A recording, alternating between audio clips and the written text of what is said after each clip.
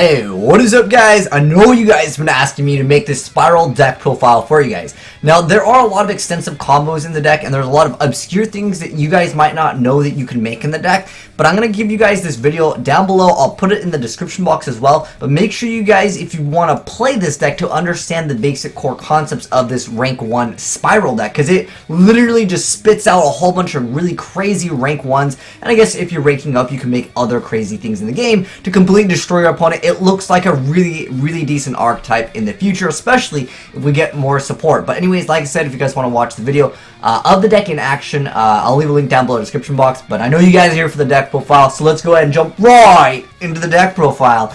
Alright, so first off, we do have 3 copies of the Spyral Super Agent. I guess we can go over the card effects in a little bit. I just want to give you guys like the brief rundown of the deck profile. Then we have 3 copies of Spyral Quick Fix, 3 copies of King P.O, 3 copies of Spyral Gear Drone, 3 copies of Raid Raptor Last Strix, 3 copies of Jester Confit, 2 copies of Instant Fusion, although you could technically play 3. It's a really dirty card in this deck, especially with Thousand Eyes Restrict at multiple now. It just lets you absorb a monster, and then from there, yeah, pretty decent little effect right there. It is destroyed during the end phase, but don't worry, you're going to use it as material anyway. So it just lets you get rid of problematic things or force certain things out in the game. But anyways, next up, 1 for 1. You got to play 1 for 1. Then we got Regeki, we got the Reinforcement of the Army, 3 copies of Rank Up Magic Astral Force, which actually had a reprint. I remember when this card was seeing some play in like Burning Abyss.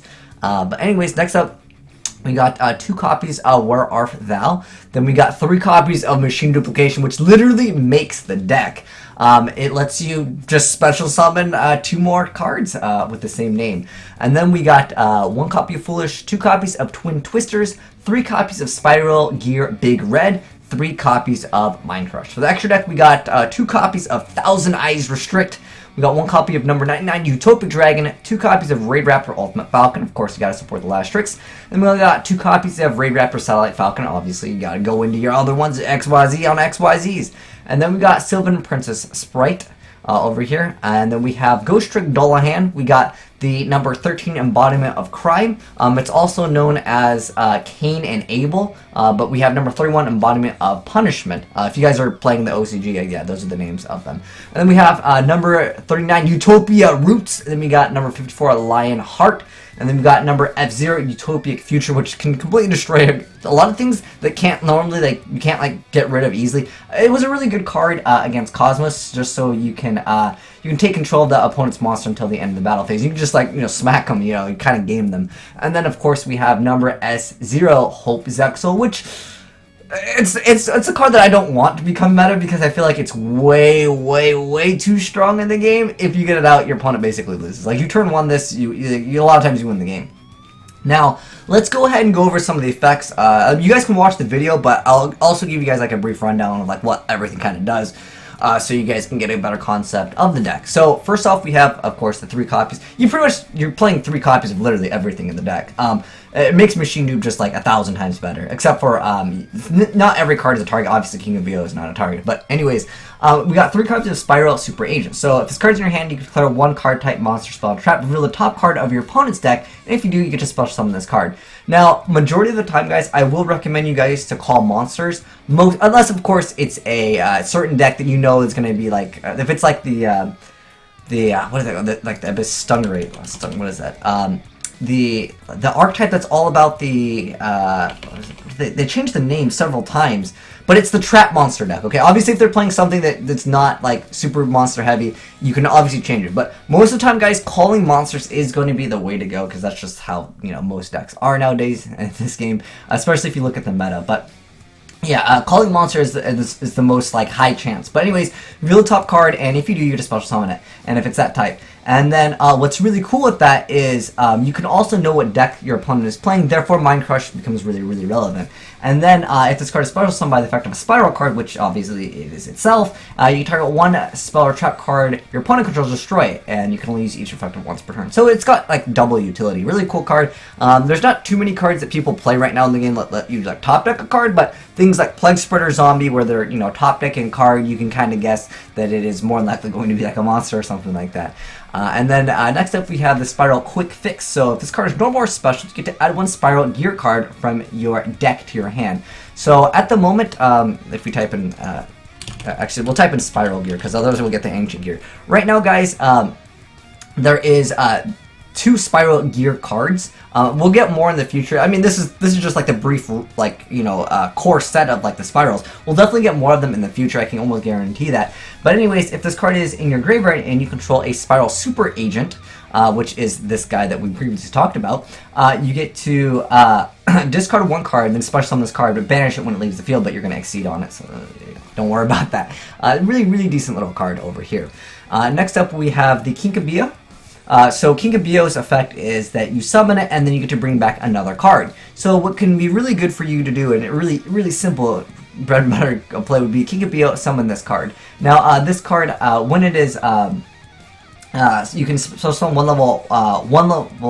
monster from your graveyard, and this card is removed from the field. You have to remove from play that monster. But again, don't worry, you're going to exceed with them anyways. It kind of like gets rid of a lot of the downsides with this. But yeah, anyways, when this card is summoned, you get to basically bring back another card. So that's pretty awesome that you're able to do that. Now, keep in mind that this has to be special summoned by the effect of a Spyral card to actually get that effect. Not that anyone's going to be playing on Dueling Network because it's RIP Dueling Network, but I know sometimes people kind of forget about that kind of stuff. But yeah, pretty cool. Stuff, but yeah, this card does get its effect when it's normal or special, so this can be like a better target, but if you bring back this, it is a super agent, therefore you can have that effect of using this card that you can discard 1 card and special summon this card, and then of course you can go into something that requires 3 monsters. And then we have the Spyral Gear Drone over here. So Spyral Gear Drone's effect is, this card is normal or special summon. You can look at the top 3 cards of your opponent's deck, and if you do, you get to place some on top of the deck in any order. That's where also Mind Crush becomes good. And then on top of that, during either player's turn, you contribute this card, then target 1 Spyral monster you control. It gains 500 attack for each card your opponent controls. Now, there are certain times where this becomes very viable, but most of the time it's not really used to get like crazy OTKs. You can do it though, technically.